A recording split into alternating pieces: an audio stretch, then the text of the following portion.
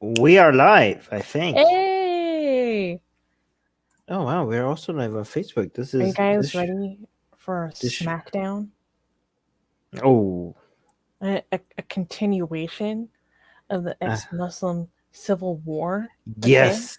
Yeah, we went to war with the apostate prophet, and now we're going to war with Sultan. Actually, you know what? Never mind. Let's We're not. taking no prisoners. No, you know what? I realize that a lot of the people in our audience don't understand the difference between us being serious and being joking around. Maybe we should stop joking around. You know Oh what? no. No more jokes for you guys, because a lot of time, like half of you think like we're serious when we say like we're going to war with Apostle Prophet or Higher Sultan. Like, you guys, I've lost I'm so disappointed in half of you that maybe like no more jokes. Should we just be serious with everyone? Yeah, I Always. think that's what you get, you guys. That's what you get. Can't No you more say jokes for is you. Horace here? No, No, he's not here because I would thought he. that it would be better if we Yeah, we're gonna do it. present our arguments first. He'll Yes, probably watch this later. He can yes. come back afterwards. And I mean, if I'm being extremely honest, I wanted to do it just the two of us because I thought it would be very likely that Haros would interrupt us most of the Yeah, time. yeah. He So I wouldn't. was like, He this wouldn't. is the He best way wouldn't. for us to present our arguments Yeah, clearly. he would not let us speak. So we're gonna review. We're gonna counter his arguments without him being here. And then, if he wants, probably he wouldn't want to. I don't know. We'll see. No, he should. Uh, I'd love to have him.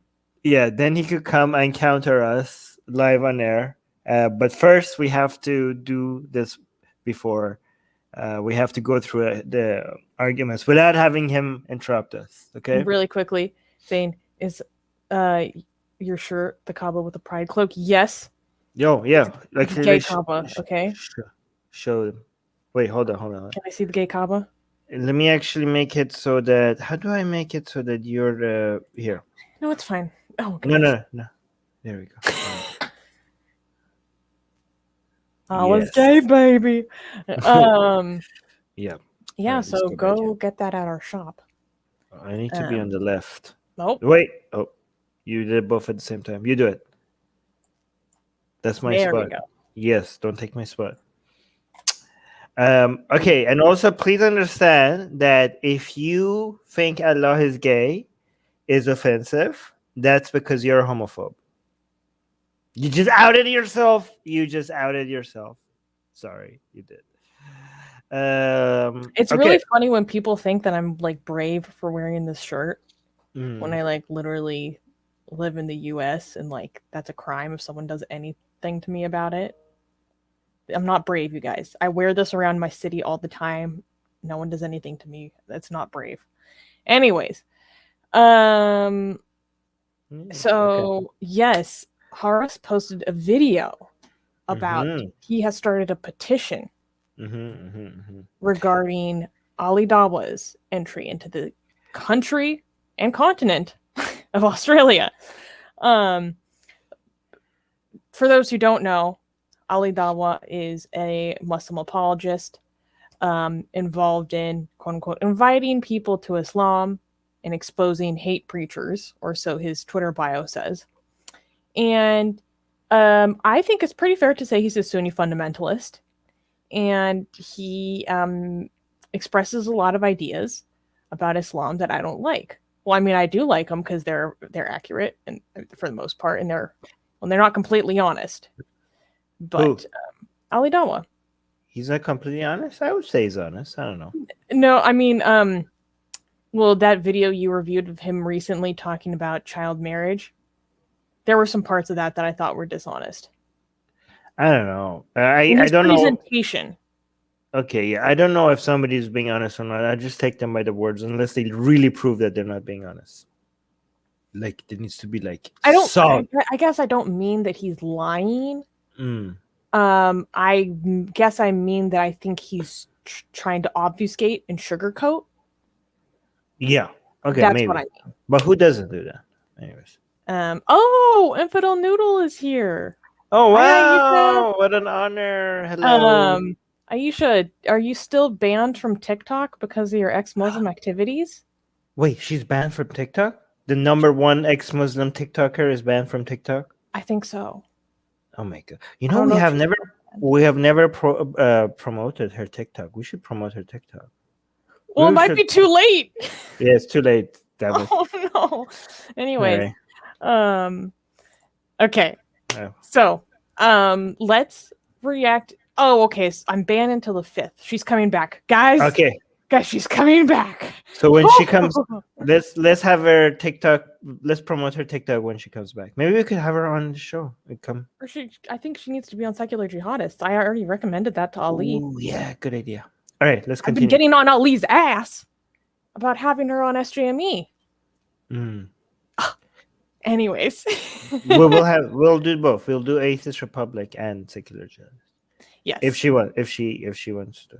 All right, let's continue. Let's continue. So yeah, Horace made this video about Ali Dawah coming to Australia, and he also made a petition about this. So we're gonna give our reactions to this, and I am inclined to disagree and oppose this. I believe Armin is the same way, and we'll talk about why. Mm-hmm. I do want to criticize our video editor.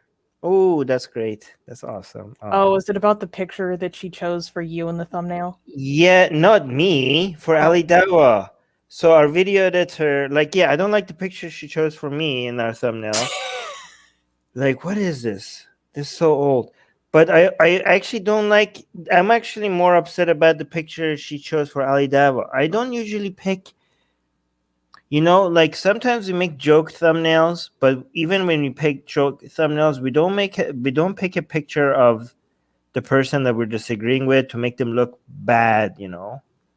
Like, for example, we make joke thumbnails with Majid was being a conspiracy theorist, putting like a putting like a tinfoil hat on his head, but like his face didn't look, you know, we didn't make him look bad, right? So I don't like it if I don't think, like, usually when I make the thumbnail, like I know with our video you want editor, it to be as charitable as possible. yeah, I'll usually, like, even when people I disagree with somebody, I'll try to go find their best picture, like their best picture, right?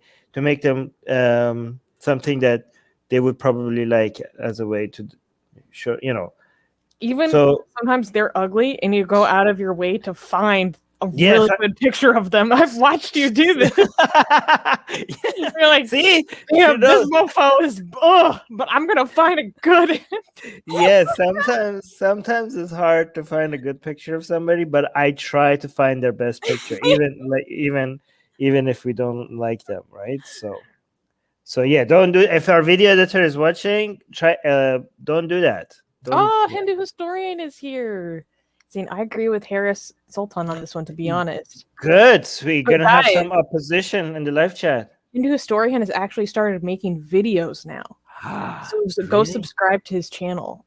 Ooh, okay, guys. Hindu historian, you should subscribe to his channel because he's a Hindu and he supports Atheist Republic. So you know that whatever takes he has is going to be interesting, right? So yeah, go check out his channel. So no, somebody's saying fire him. No, her. You mean our video editor? She is amazing. Okay. In fact, I need to tell her how amazing she is more often. Facts. Yes.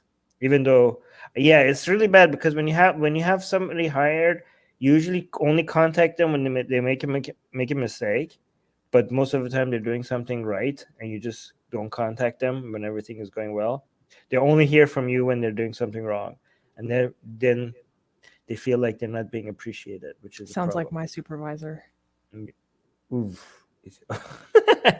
She might be watching. Shh. Son. No, okay, you're right. That's not charitable. Okay. All right. Anyways, let's get to the video. Yes. Okay, so let's start from the beginning. Mm-hmm. Go on. Oh, yeah. The video, you have it. All right. I actually have some criticism for Harris Sultan's like intro. Oh God. Okay, no. Should I? Or should I let it be? It's fine. Let's actually get into the. We're almost 10 minutes in. Let's get into the content. Okay, this is kind of cute. I think it's adorable. Are you kidding me? I don't know. It doesn't match the music. It's really cute. It's really cute, actually. Never mind. Come on. Like, I just want to. Okay, so guys, let's get it underway. There is a link you might have noticed in the description. There's a link which is a link to a petition which I have launched. So people like Ali Dawah, who spread violence and who spread hate against a community such as ex-Muslims, should be cancelled. Now, I'm going to say something. I'll explain myself. What do I mean by that? Now, this is the petition that I have started. So far, I haven't really advertised it in my YouTube videos, and I did one in Urdu video in the live stream, but I haven't put up a separate video. That's why I am expecting a lot more signatures than that. I'm hoping that we can get it to 10,000, but obviously I'm going to need the support of all of you people.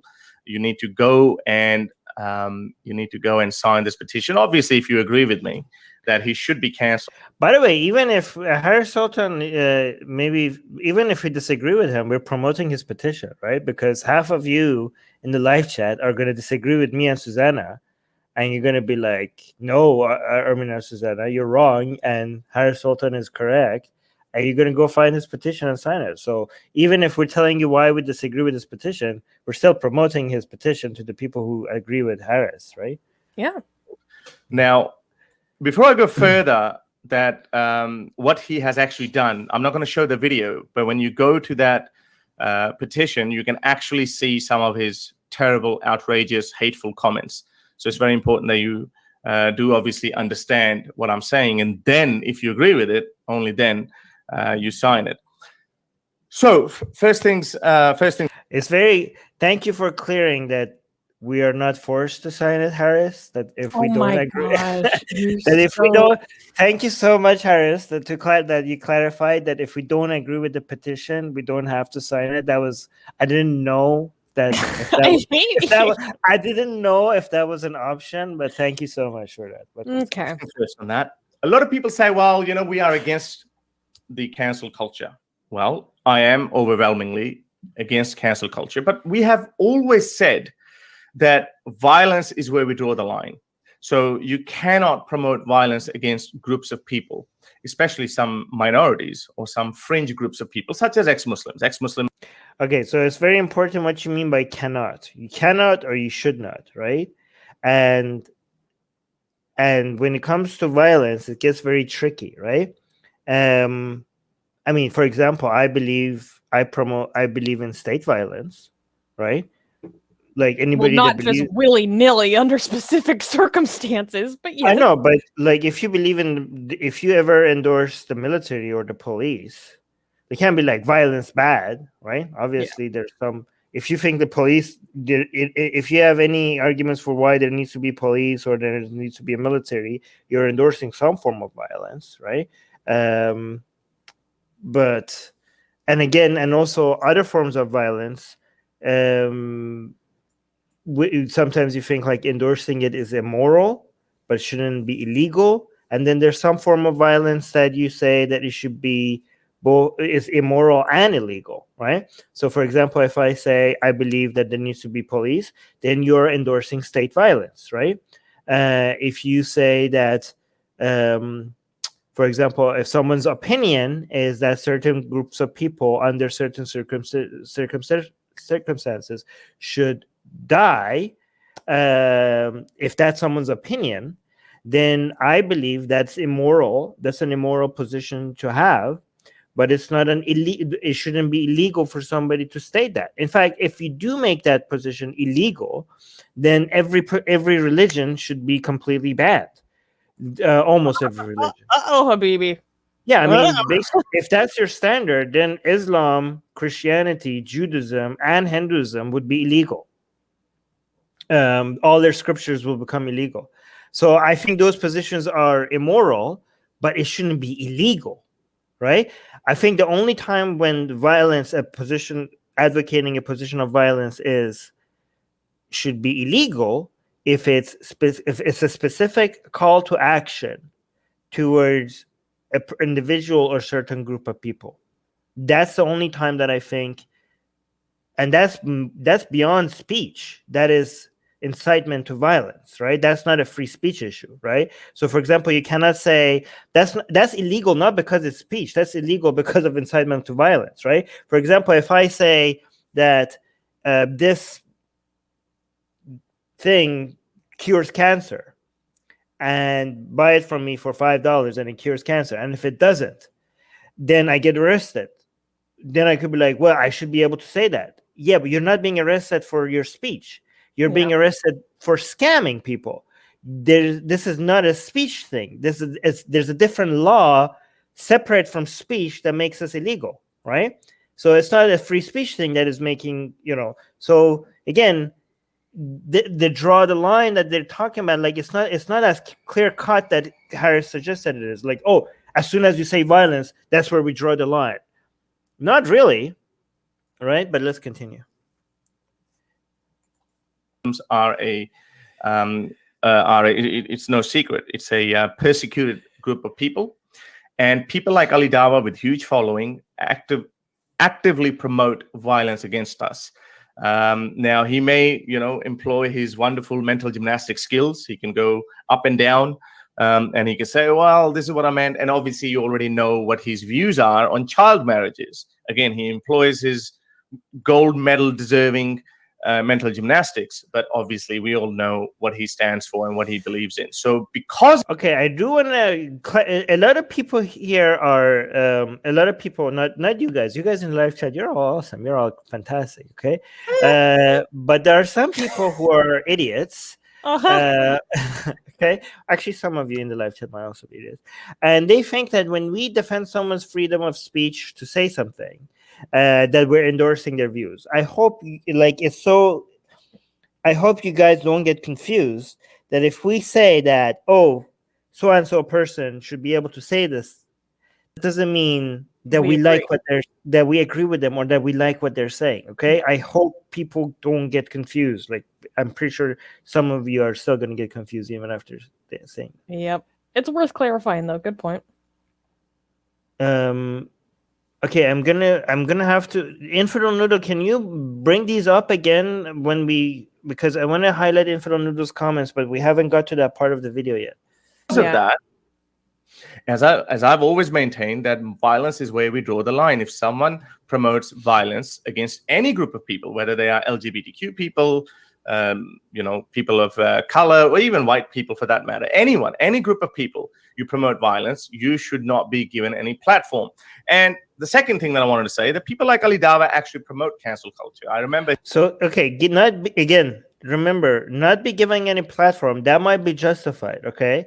So I'm okay with saying that for example, what Ali Dawah said justifies him getting kicked out of, I don't know, YouTube or Facebook or something like that, because that's not getting the government involved, right?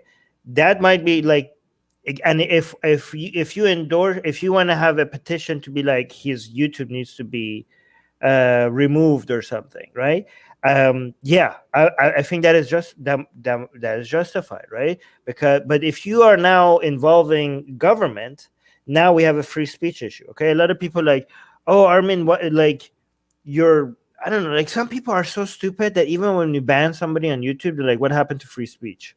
Like, nothing happened. God. Nothing happened to free speech, you goddamn idiot. You just got banned from our Facebook page, or you like when you block somebody on Twitter, like, haha, these people believe in free speech, but they block me on Twitter.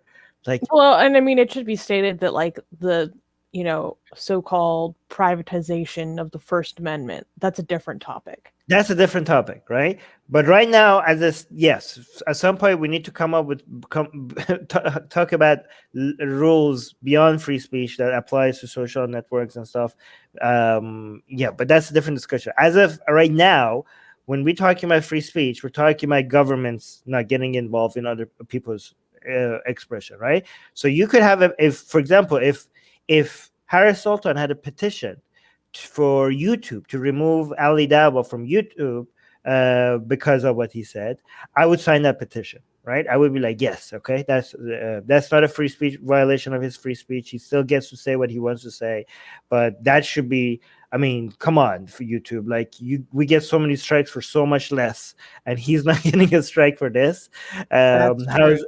That how does is drive me crazy. That does drive me crazy. doesn't make any sense, right? So if his petition was like, oh, just remove him from YouTube, I would be like, yes, Harry Sultan, Or hold him definitely. to the same standard. Yeah, all right.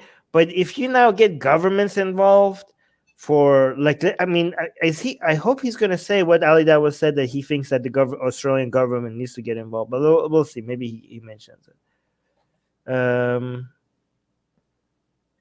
Oh, Bobo is saying, by the way, Harry Sultan repeatedly platforms Hindutva people who run around calling every Muslim jihadi and say hateful things.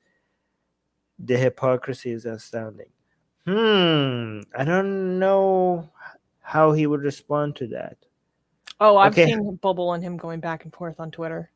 Oh, okay. So we'll see if Harris will come here and defend his position, because he said that they should be deplatformed, and he's platforming Hindutva himself. Okay. He was very happy when Tommy Robinson was deplatformed from all these channels like YouTube, Twitter, Facebook. Oh, he's saying Ali Dawah was happy when Tommy Robinson was deplatformed.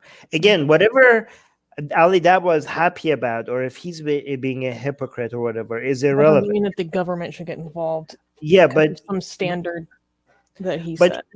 Yeah, but even from him getting getting removed from YouTube, what Ali Dawah gets happy about, or what Ali Dawah like, even if Ali Dawah is being a hypocrite, that should not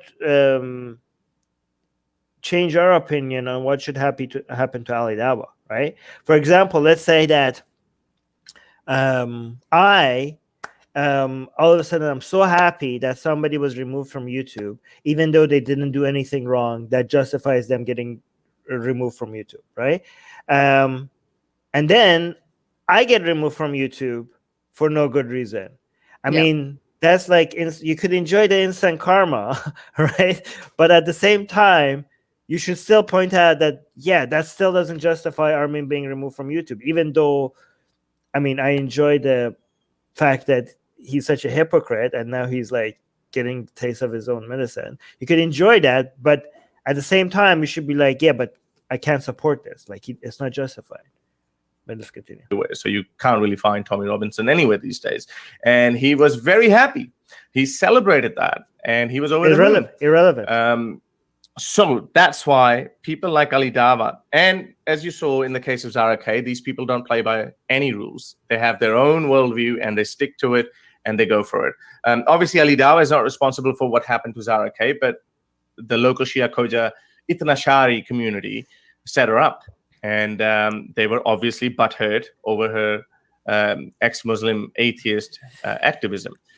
So I think Infidel Noodle wants to is pointing out other people, like what Australia has done before that might just precedent, but that might justify all of like right now barring Ali Dawah from entering Australia.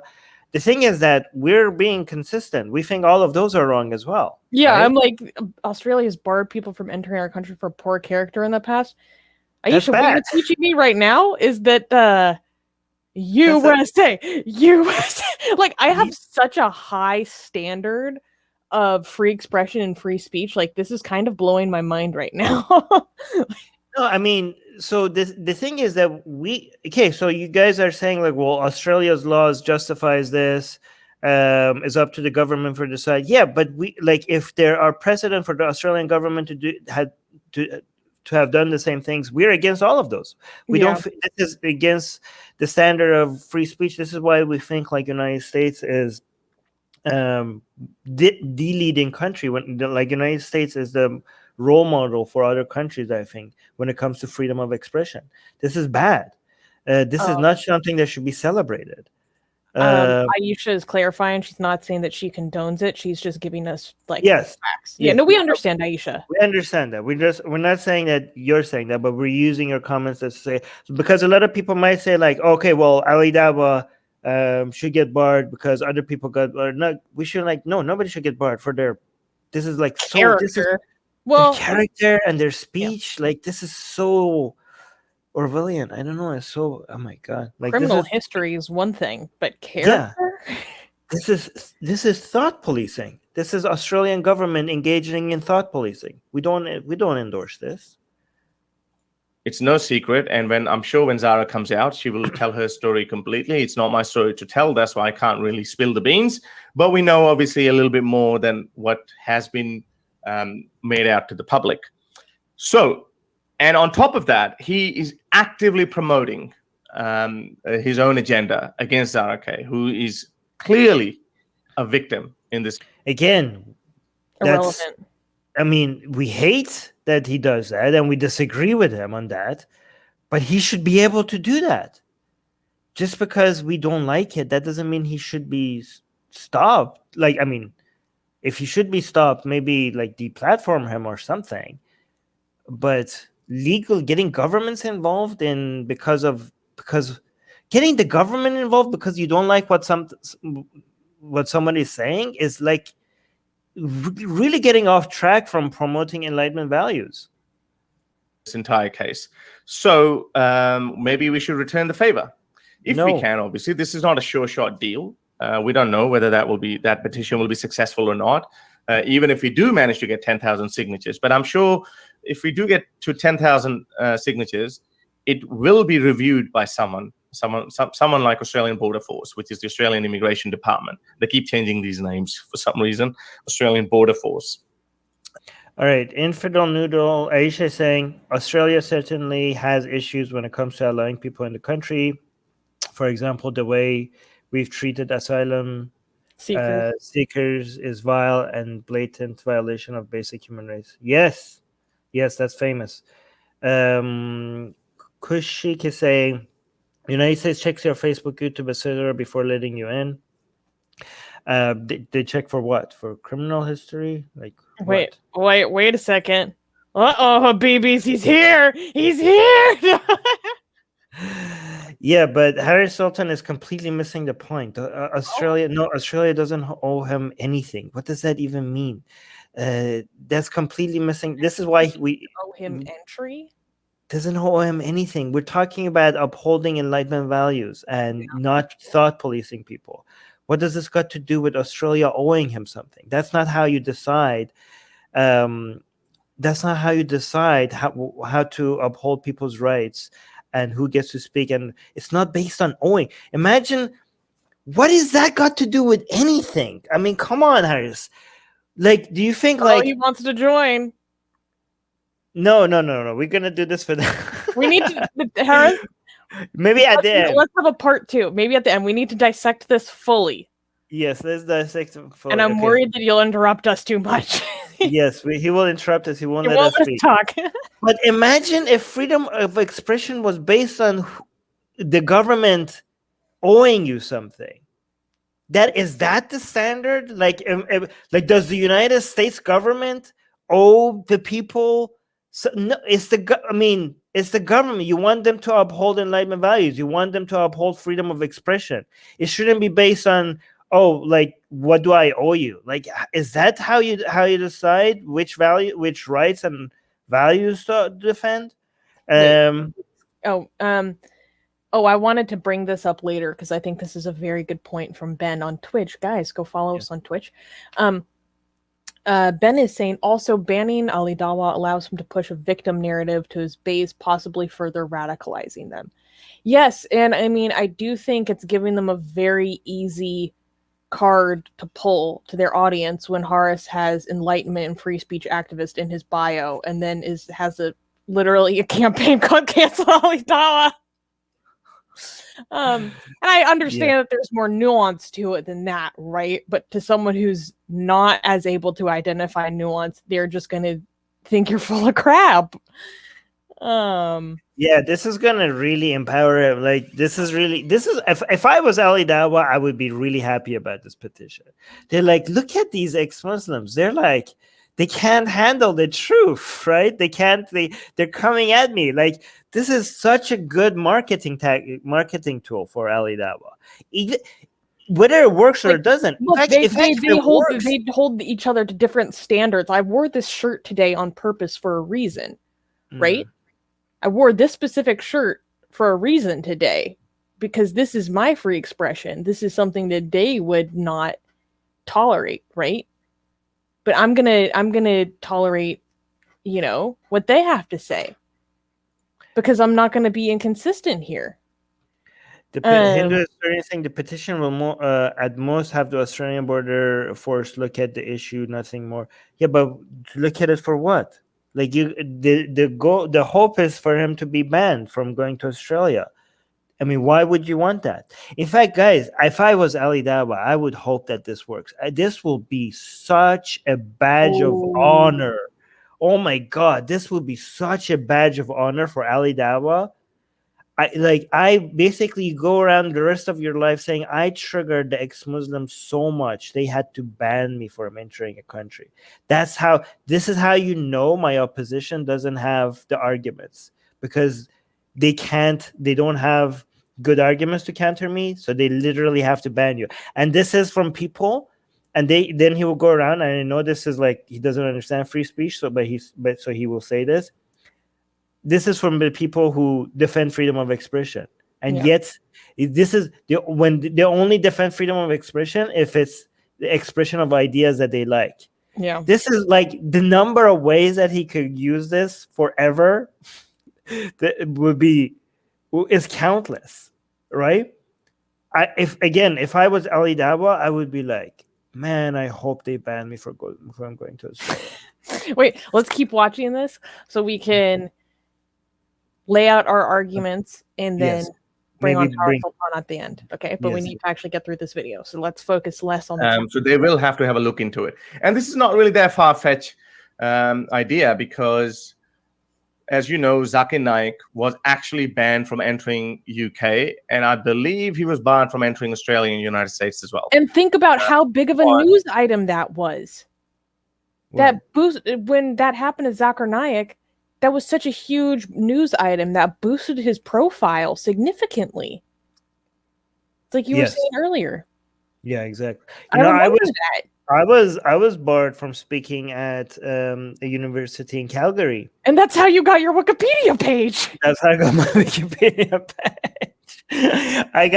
Because the university said deplatformed king. Yeah, the university in Calgary said this guy shouldn't, like, we had planned, like, one day before the event, the university decided that I was too controversial to speak. And right after, on the very same day, I got reporters from a radio station and a TV network contacted me, and they wanted to interview me to see, like, I got a much bigger audience on the very first day, on that very day, because I got contacted by so many journalists to see why I was being deplatformed. It doesn't work, guys. Anyways, that's all very similar. Really quickly, saying if we replaced Ali's words with Muslim instead of apostate, it would be blatant hate speech. No, it already is hate speech. I don't criminalize hate speech. I don't put restrictions on hate speech. It would be a crime, right? And not where I live. Not where I live. That's not a crime. Not in the U.S. It shouldn't be a crime. It shouldn't be a crime. But it should be called out. It should be called out as, again, what does Ali Dawah say? Ali Dawah says that people like me, under an Islamic state, should be killed. People like me, okay?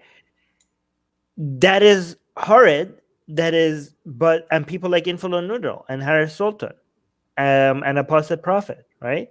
That is, and Abdullah Samir. That is bad, but it should be legal. The only way, again,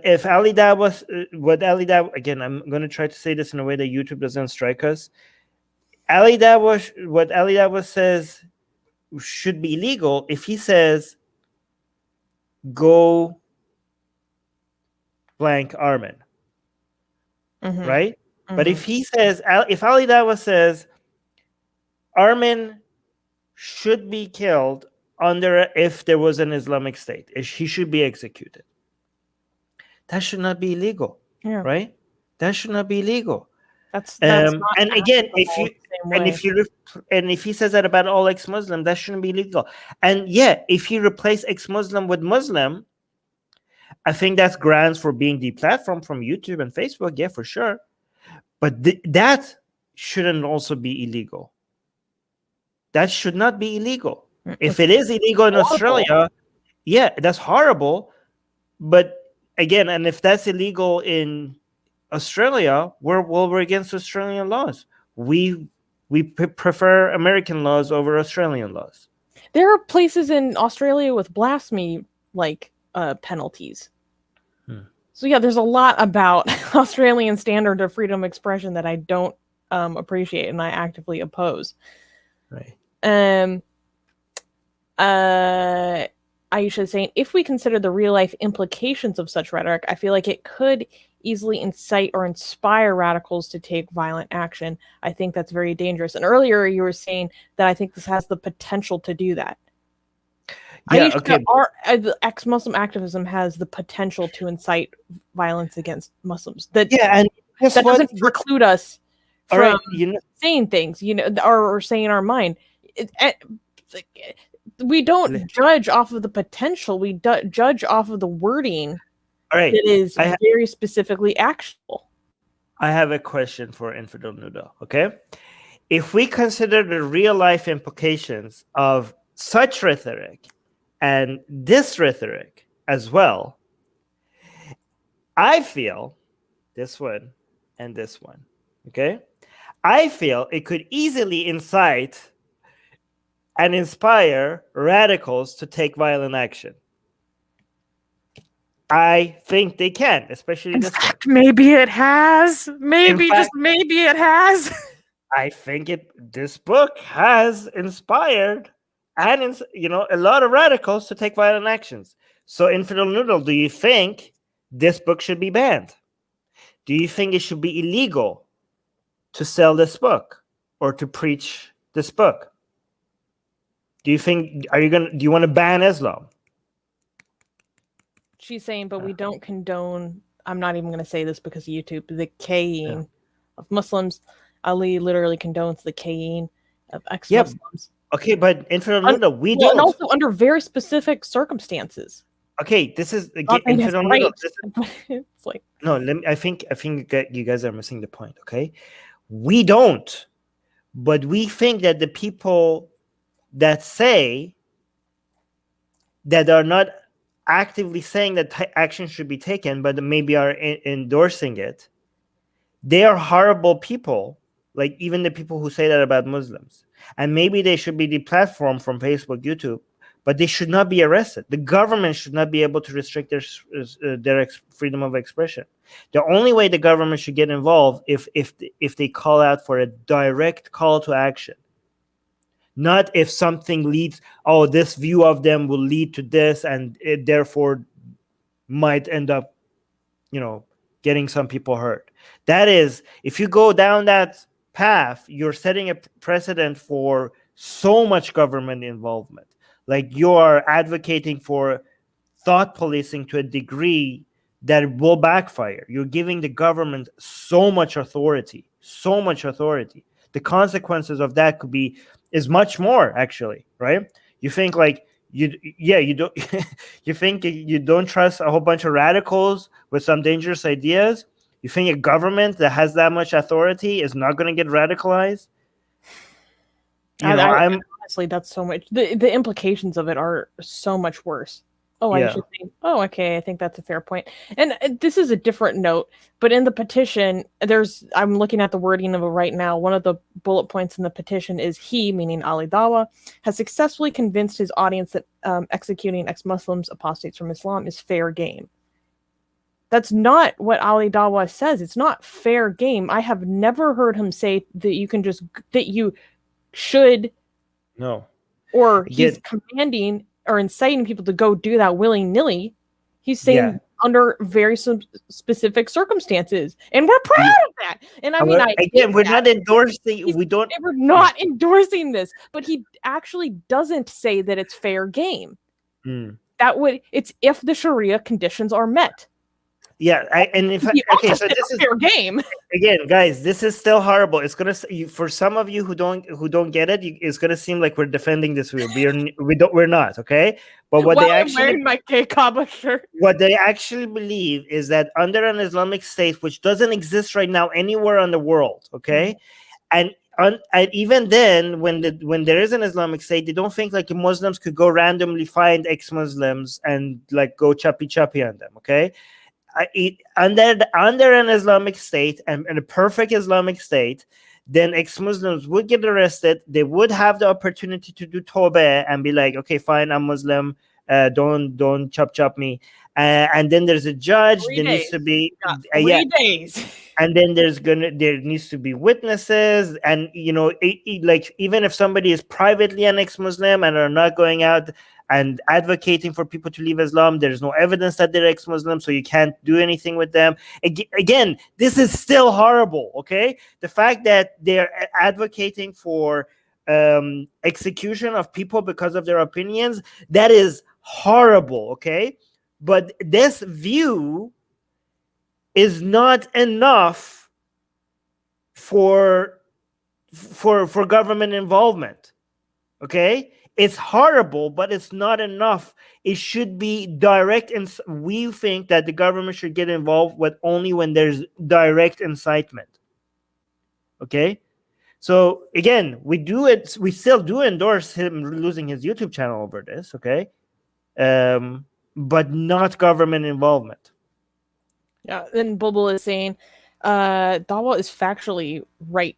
Is I think she means he's being factual right now. Apostates would be killed in an Islamic state. Yeah, but he likes it. And he's proud of it. I'm proud of it. All right, let's go back. Wait, yeah, let's continue. Comments that Ali Dawah makes. He's a hate preacher, and so is Ali Dawah, and all his cohorts. They're all violence-spreading, hate-mongering preachers. That's all who they are. So why should we not try to deplatform them? A lot of my own fellow ex-Muslims and atheists, they actually didn't show any interest in that. But my question to them is, yes, we are against deplatforming people because we want the freedom of speech to be maximized as much as possible. But again, deplatforming and free speech are two separate issues, guys. Deplatforming, somebody being deplatformed doesn't mean their free speech has been violated. But we have always unanimously said that we draw the line at violence. We try to get Ali Dawah's video deleted from Facebook and from Twitter and from YouTube on the premise that he was promoting violence against ex-Muslims. Why do we do that if we don't think that, he should be allowed to say whatever he wants, including violence against ex-Muslims? So that's one of the points that I was thinking about, that obviously you think that he is a hate preacher. You obviously think that he is spreading violence against certain communities, such as ex-Muslims. And even atheists, probably not atheists, Western atheists, but definitely ex-Muslims. He's said it numerous times that ex-Muslims in an Islamic caliphate, or whatever he wants to call it, needs to be put down. And we are proud of that. That's what I'm talking about right there.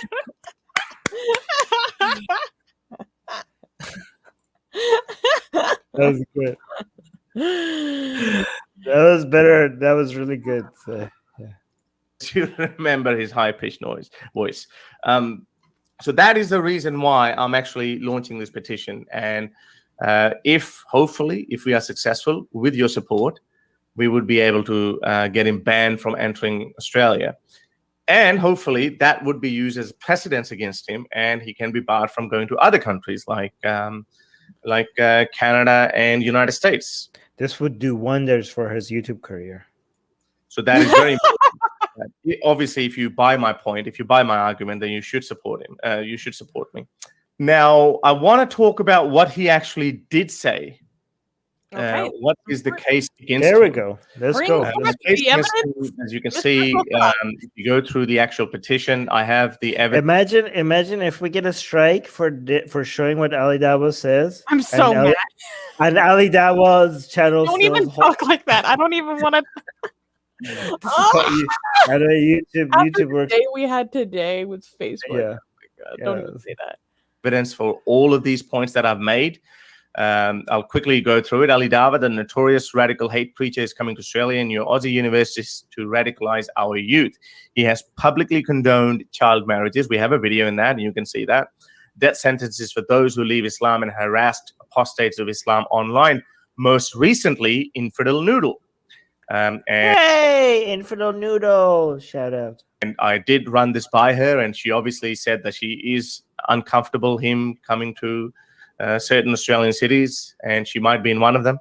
Apart from promoting his criminally violent views, some of his other disgusting achievements include intimidating the critics of Islam like Lauren Southern publicly on Twitter, trying to sabotage cases of Australian citizens like Zara K, who was arrested in Tanzania on politically Wait, motivated pause. challenges. None of this is illegal. He didn't. I think accusing him of sabotaging Zara's case is hyperbole. Also, He did not intimidation. have access to that. He didn't have access to that information. Are we now going to ban Yasmin Mohammed from Australia? Ooh. Is this the standard here? Yeah. Because she's the one who actually took the action, made that public. Ali Also- Dawah just did what he was going to do with it. The one most responsible for so-called sabotage would be Yasmin Mohammed. Right. So I think, I Also, mean, I I think- hate what he did with Zara's case, and I'm still very passionate about defending Zara. I'm going to be honest, I think it's pretty irrelevant here. Yeah, also intimidating is also, I think, hyperbole. Like, just like making YouTube videos and talking about somebody is intimidation now. Are we intimidating Harris Salter right now? Maybe. By making I don't know, like, what do you mean Maybe.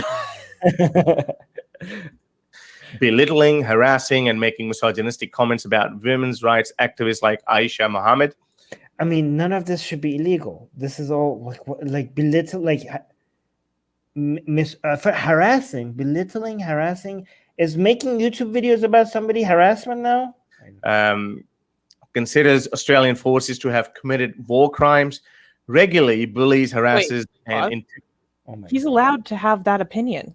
Yeah, I mean, Australia's government has committed war crimes. I'm Yeah. pretty sure. I mean, this might be something that I agree with.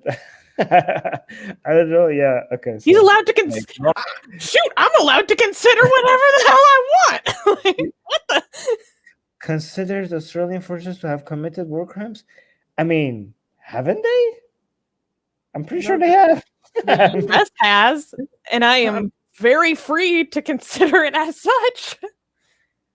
Oh, look at this. Infidel Noodle is this live stream is making me reconsider a few things. Aw, my God. I hope I'm as open-minded. This I scared. You know what? Every time I see something like this, I get scared because I'm like, when Oh, was the last time I changed my mind on something? And like, if I can't remember, I'm always gonna be like, damn it, man, I'm so close-minded. Like, what has why can't I? Yeah. and even Aisha's like, they did commit war crimes, though. Yeah, exactly. So, I mean, we agree with Ali Dawah on that. Okay, so. Well, and here's the deal. In terms of, I've seen a little bit of what Ali Dawah has been doing with Aisha across TikTok and Twitter and all this stuff. The level of harassment that I would actually bring forth in a situation like this would be efforts to endanger her life in the form of doxing or reveal private information. Like when you're saying, oh, are we not allowed to make YouTube videos about people anywhere? Well, if they include, identifying information to a private citizen, you're not allowed to do that. Wait, yeah, that could be illegal as well. Yeah, Yeah, that is illegal. Yeah, to my knowledge, that's not what's happened. Yeah. those he disagrees with, but also their family members who have nothing to do with his feud, such as him going after apostate prophet and his wife. Thinks criticism of A public topic like religion is the same as abusing individuals like family members. Okay, that just means he's dumb.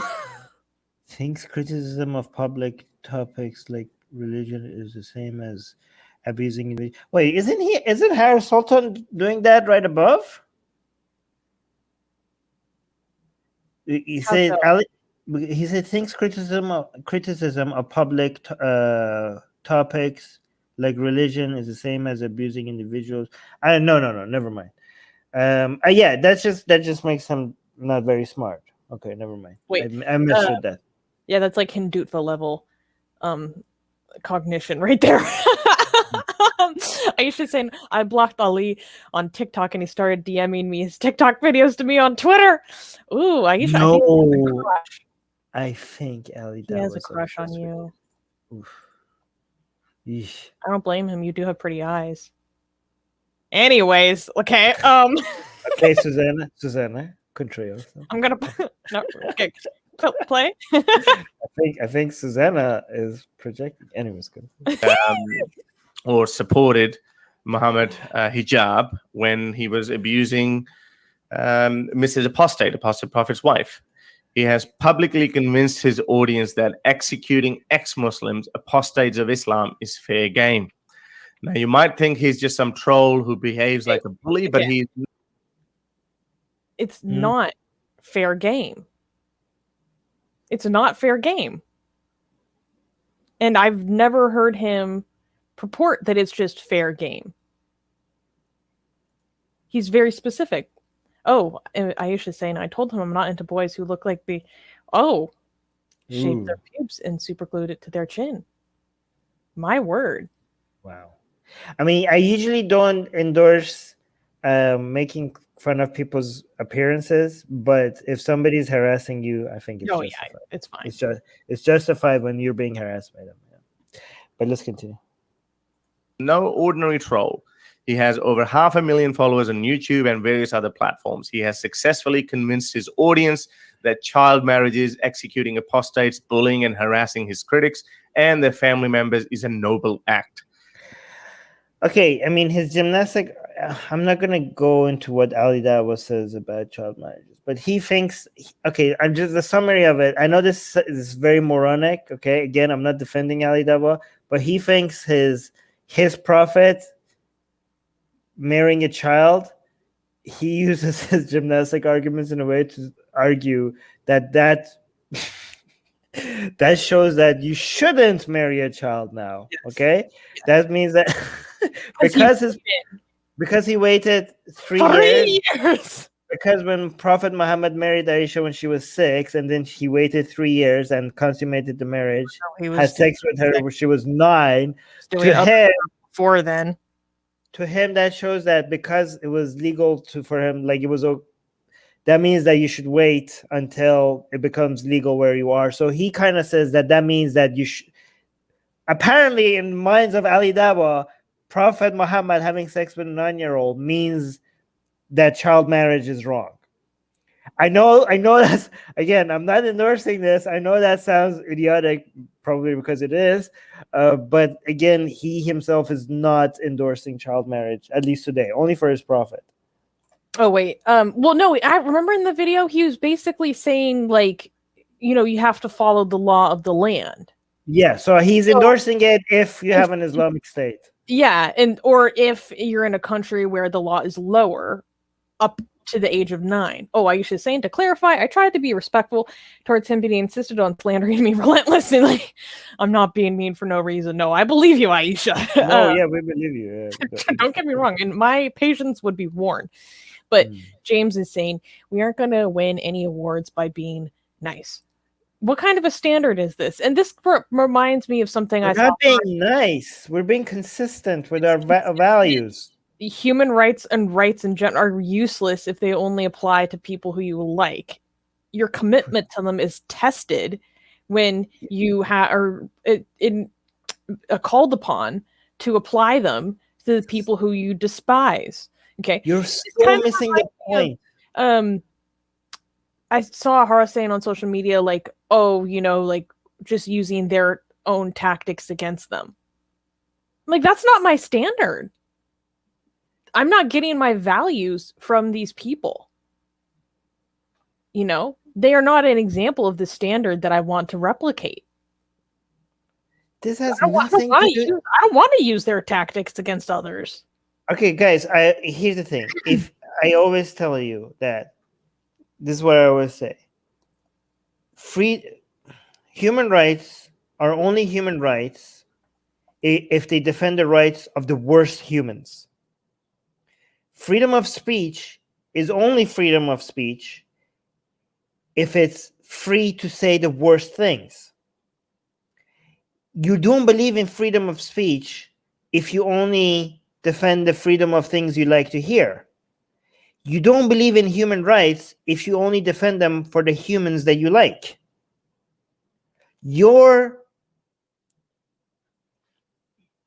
consistency and your promotion of human rights and free speech will always be tested when people say the things that you consider horrid, and when garbage human beings' rights are being violated. That's when you're being tested to see if you're actually on the side of human rights or if you're actually on the side of free speech. That's when you could demonstrate that you actually support Enlightenment values. Not when you're actually, if you're ex-Muslim and you're only going out and defending other ex-Muslims and their freedom of speech, you're just being tribal. You're only using the laws and the values to defend your tribe, not because you actually believe in these values. Okay? This is an opportunity. Every time somebody vile and disgusting, if their rights are being violated, this is your opportunity to show how much these values and these rights mean to you. Yes, exactly. Human rights are universal. Always, it's a global issue. Exactly. All right. Let's continue. Now he's coming to Australia to spread this hateful message and bigoted views to students in Australian universities. Okay, let me actually address this. Do you support the human rights of, again, we're not going to say this because YouTube doesn't like it, of terrorists?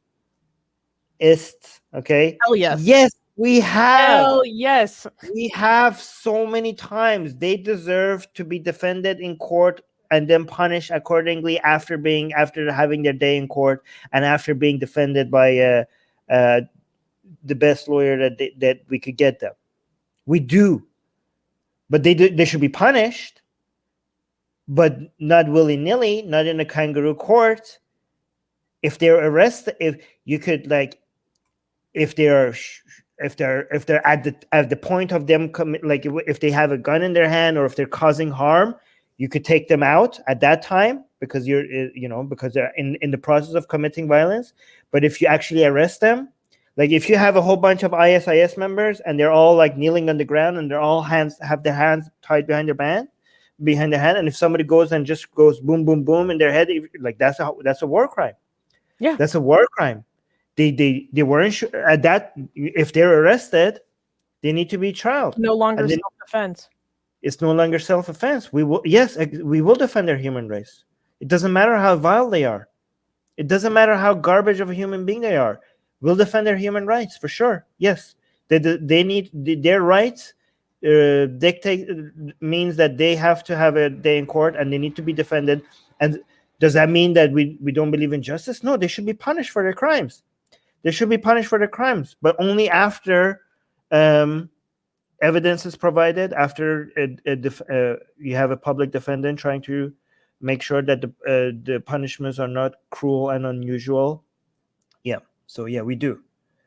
We have been. Just a lot of people like, haven't you seen defend these people? Haven't you seen defend those people? Well, just because you haven't seen it, that doesn't mean we haven't done it. We have been very consistent on this.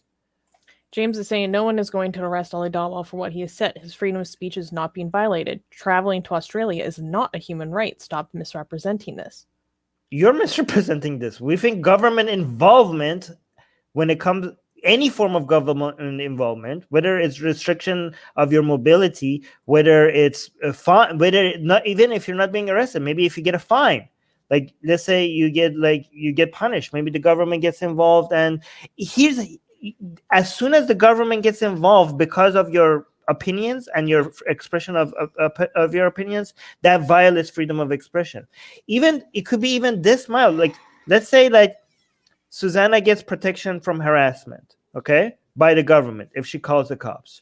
But I'm being harassed, and the police doesn't like my views, and that's why they're not actually sending the cops to protect me, right? So even if the government is not doing anything, but they're withholding protection against, that is not equal protection under the law. Exactly. Even sometimes the lack of action by the government is a violation of your free speech, right? So, for example, in Pakistan, if the mob is coming at you because you're an ex-Muslim, and then the police is not protecting you, even though the government is not attacking you and it's a mob, that's a violation of your free speech because the government did something. The government withheld protection from you because of your opinion.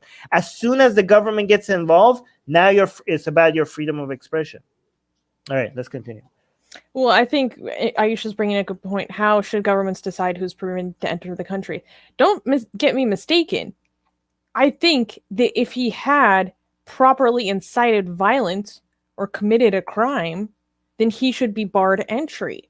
To my knowledge, criminal record as well. To my knowledge, what I have seen does not meet that standard. So I even believe that under certain circumstances, you should be barred entry for things that you have said or advocated for. Well, not even advocated, directly incited, actionable calls, right? I do believe that. I do not think that he has met that standard. I think association with any something that I think might be also justified, unless somebody could argue any associations with any terror groups. Oh yeah, yeah. So that could be justified as well. Yeah. Other human rights abuses. Yeah. There are people who don't get visas because of their corruptions. Okay, and I'm not saying, but his rhetoric does technically violate our laws. Any imam, anybody that advocates for this book, their rhetoric technically violates. Like any Muslim preacher then should be barred from Australia. Again, I'm not saying this, but based on these standards, we know that the ideas in this book incites violence. So is that the standard? Are we going to set that standard? Like Imam Tawhidi shouldn't be able to go to Australia. Dude. Yeah, I mean, some brazy shit. Dude. According to these standards. I mean, technically, any person that promotes the Old Testament. Imagine the accusation of anti-Semitism that Australia will get. So the U.S. is violating people's rights by not letting criminals in. What part of criminal record do you not understand?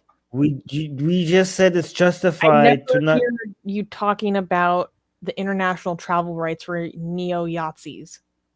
We have. Okay, my God, we have been very consistent. Just because you haven't. Okay, first of all, that's a very specific situation. When it happens, we will. Okay, but we have been very consistent. If a neo, did you actually say the N-word?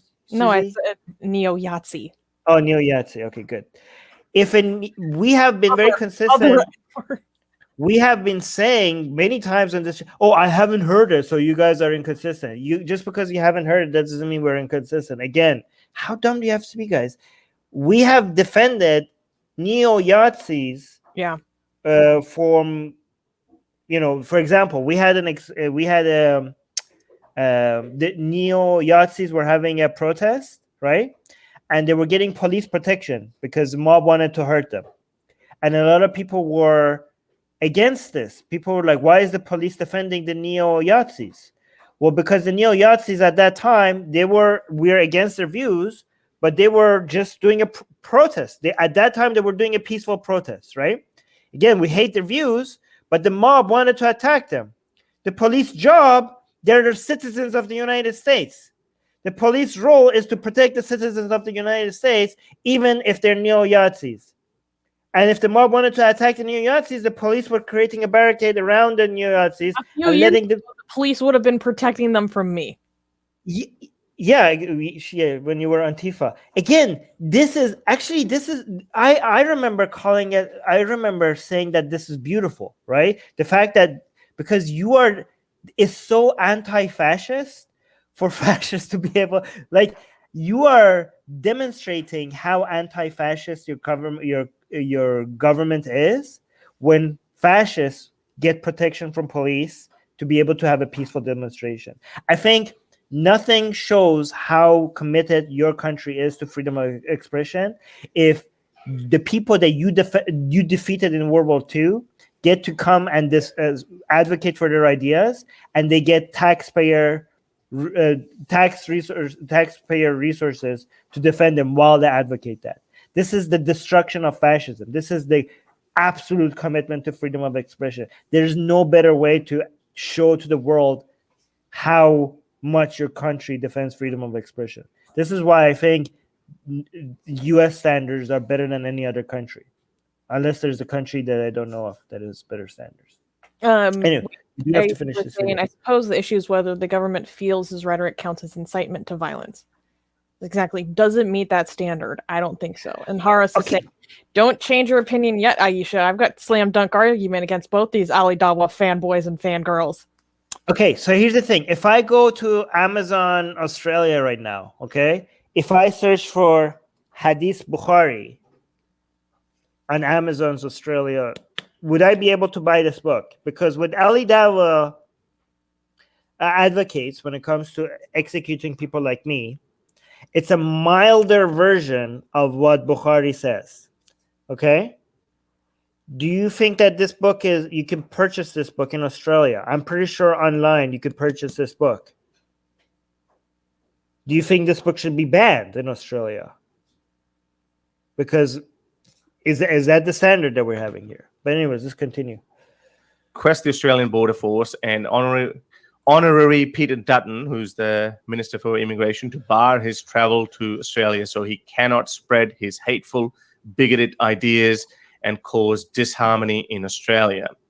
Now, as I said, I have tweets, I have screenshots, obviously some of his video clippings as well, to back up each and every point that I've made in that. Unfortunately, change.org doesn't allow you to put multiple photos, such as screenshots, but I have a whole folder of him. So that is it. So please, if you can if you do agree with my narrative, then please. But by the way, yeah, if you guys disagree with us and you agree with Harris Sultan, go find this petition. Okay, so like we're gonna, I know a lot of you disagree with us, so that's fine. And we're gonna promote this petition for the people who disagree with us and want to sign the petition, right? So again, go find the video. Ali Dawah is coming to Australia on Harris Sultan's channel, and there's a link to the petition here. And if you disagree with us and if I agree with Harris Sultan, go sign the petition. Wait, Aisha is saying, well, wait, and then she clarifies potential. The potential crime, though, is an individual, not a book, using video sharing platforms to publicly condone the killing of apostates.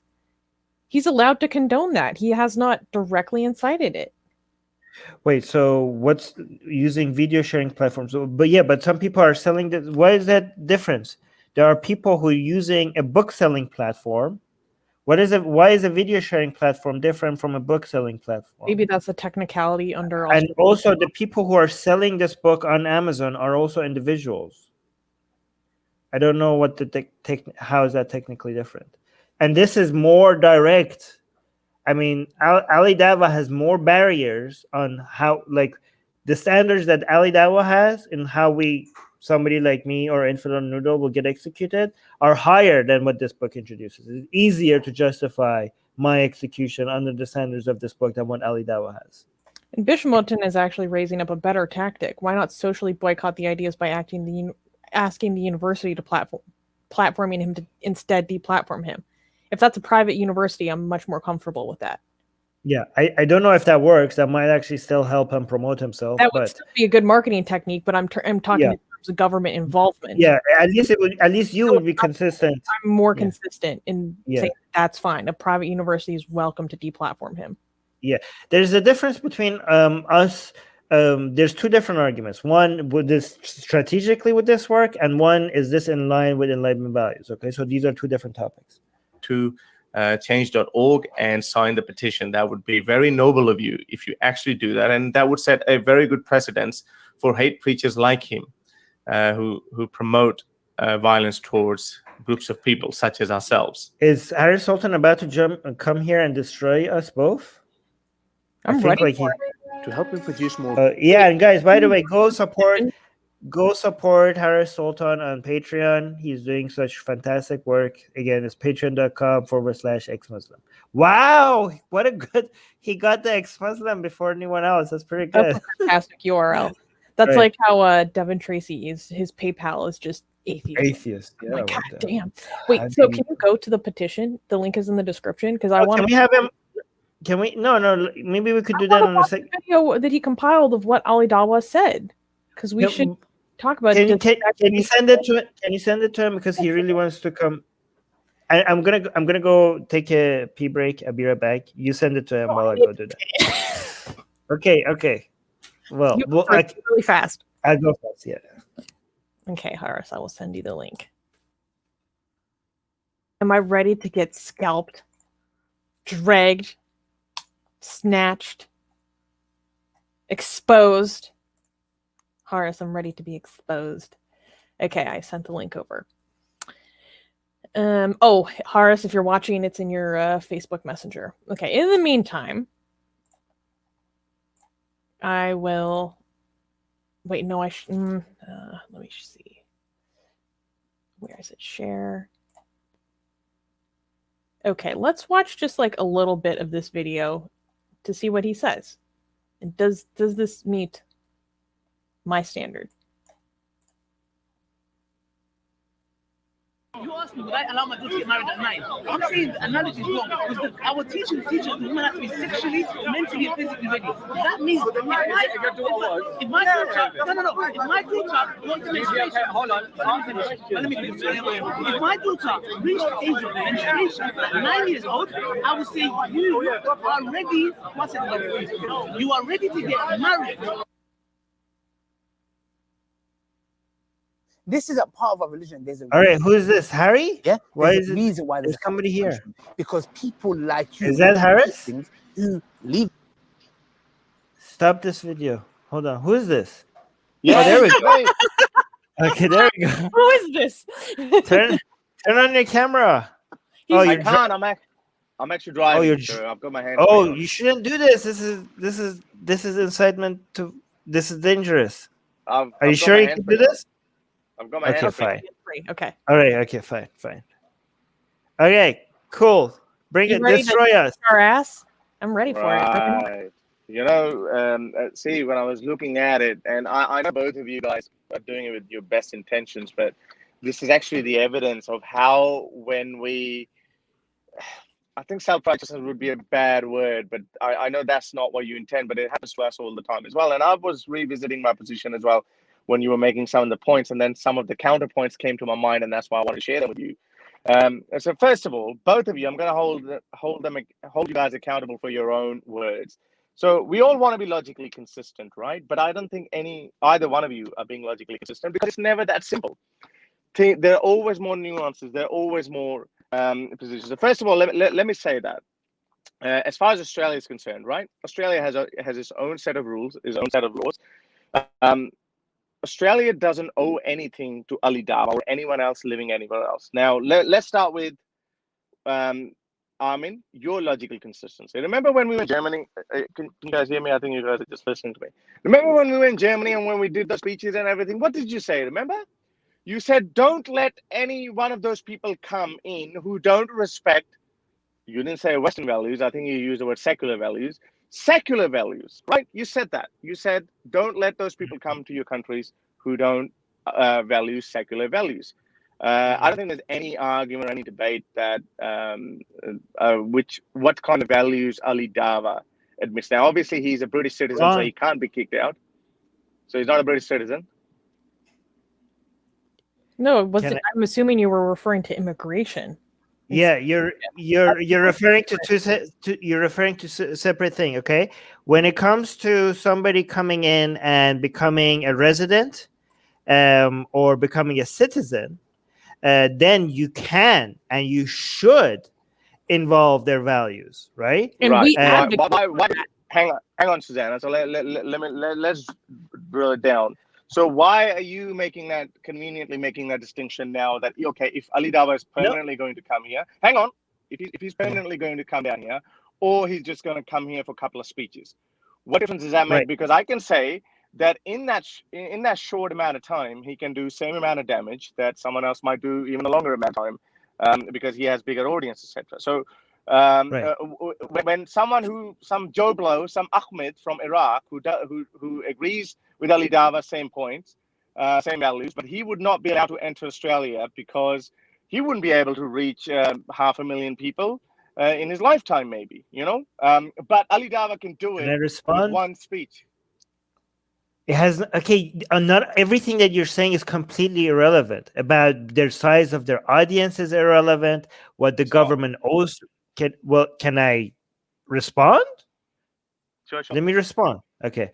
What the government owes to people is irrelevant. Okay. In fact, what the government owes to people becomes relevant if you're talking about the government handing out citizenship. Okay.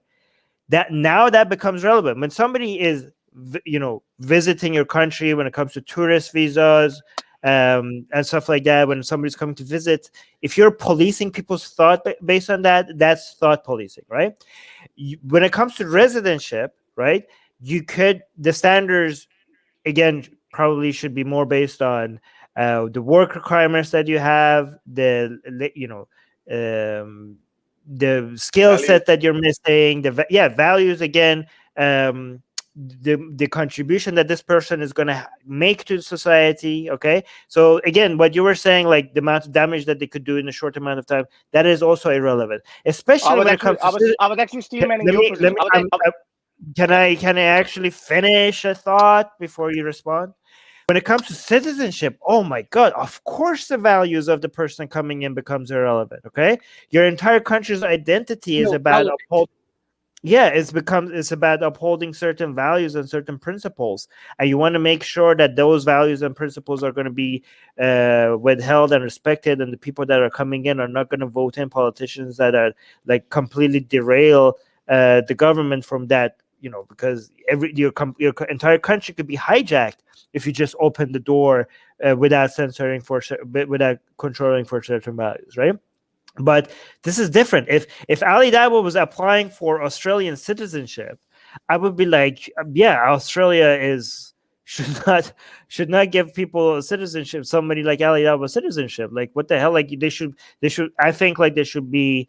I'm okay with governments showing requiring a commitment to values like freedom of expression, showing that there's no homophobic views in their history. There's no misogyny. It's like even higher standards. Like, you could even be like, I need to see a history of activism, a history of charity. You need to show that you are active in community, that you have contributed to society in a very significant. You could have very, very high standards for who you accept as citizen. You could become extremely strict, and it could all be based on not just values, but also action to show, like, you not just holding people, not giving out citizenship for the negative action, but also not giving it out for not showing enough positive action. That's the citizenship.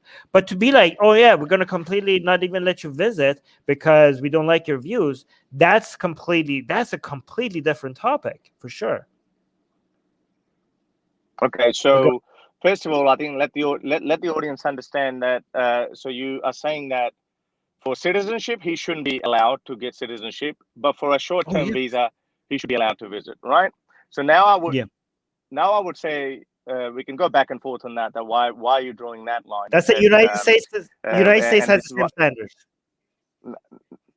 Now, can I finish? Yes.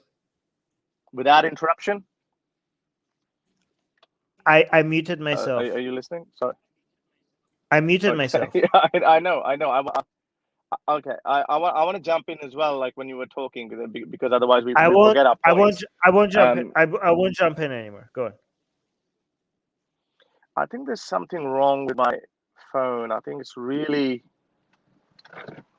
I'm really sorry. I think my phone has really gone really hot. I think this is probably the reason why it's actually. Can you hear me okay, at least? Because I can't hear you properly. Mhm. You're breaking No, up. we can hear you. We can hear you fine. Okay. So you were saying, I just want to make it clear so people can agree that, okay, so you are not comfortable with people like Ali Dawah coming to Australia as citizens, but they should be allowed to come to as visitors, as short-term visitors. This is the reason why I actually brought up the message. So why are you saying that they should be allowed to visit on short-term basis? You saying that that's thought policing. It's actually not thought policing, because it's not just a thought in his mind or he's thinking about it.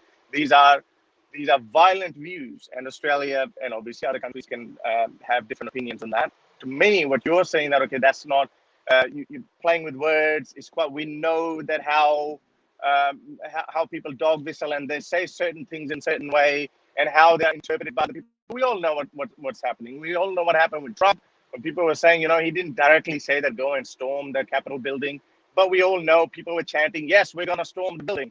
There are videos of that as well. You can argue that, okay, well, Trump didn't actually say that, but it was happening. So that's called what dog whistling. So, I'm not going to say that these are just his views. He's welcome to hold his views. But when he starts putting them out there, he's inspiring people to do that. People like me could be directly impacted by his speech.